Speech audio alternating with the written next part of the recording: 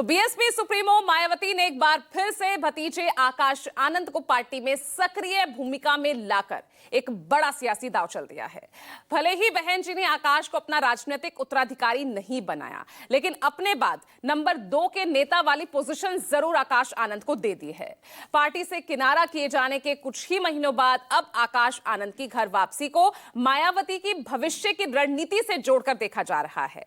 ऐसे में सवाल यह कि अब की बार 27 में यूपी विधानसभा चुनाव विशेष आकाश से लड़ेंगे अखिलेश। आज यूपी के इन समीकरणों को समझने की कोशिश करेंगे, साथ ही यूपी में दलित वोट बैंक की ये लड़ाई कौन कितनी कर पाएगा चढ़ाई, इसी पर विश्लेषण के लिए मेरे साथ मेरे वरिष्ठ सहयोगी राजनीतिक मेहमान जुड़ चुके हैं। आगे बढ़े उससे पहले सुन लीजिए मायावती के इस फैसले पर किस तरह की राजनीतिक प्रतिक्रियाएं सामने आई। सबको जिम्मेदारी सौंपी गई है और सबके ऊपर श्री आकाश आनंद जी को मुख्य नेशनल कोऑर्डिनेटर की जिम्मेदारी सौंपी गई है। और मैं समझ रहा हूं हमारे सारे वर्कर्स पूरे देश में सभी लोग काफ़ी खुश हैं, सबका हौसला बढ़ा है और आकाश आनंद जी के आने से निश्चित रूप से संगठन मजबूत होगा। तमाम यूथ जो आज दाएं बाएं झांक रहा था, पूरा का पूरा यूथ निश्चित रूप से बहुजन समाज पार्टी के साथ लाभ। अब गठबंधन का जहाँ तक सवाल है, माननीय बहन जी ने हमेशा कहा है कि हम अकेले अपने दम पर पूरी मजबूती के साथ, दमदारी के साथ चुनाव लड़ने का काम करेंगे।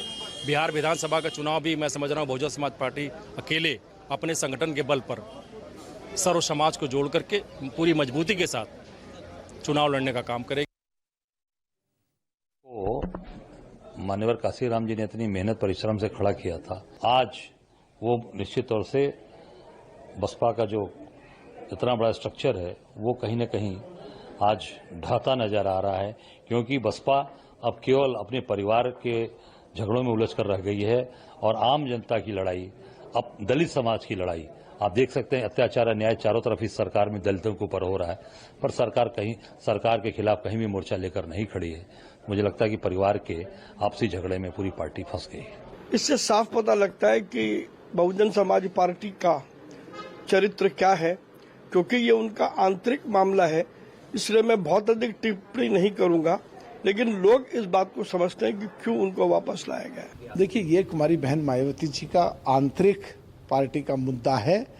वो क्या सोचती हैं, कब कब पीछे क्या क्या घटनाएं घटी, कब कब आकाश आनंद जी ने माफी मांगी, कब कब उन्होंने माफ करा, वो उनसे कब कब क्या क्या काम लेना चाहती हैं, वो उनकी पार्टी का आंतरिक मामला है। इसका जवाब आप आदरणीय मायावती जी, जो एक देश की बड़ी नेता हैं, उनसे ही पूछ सकते हैं।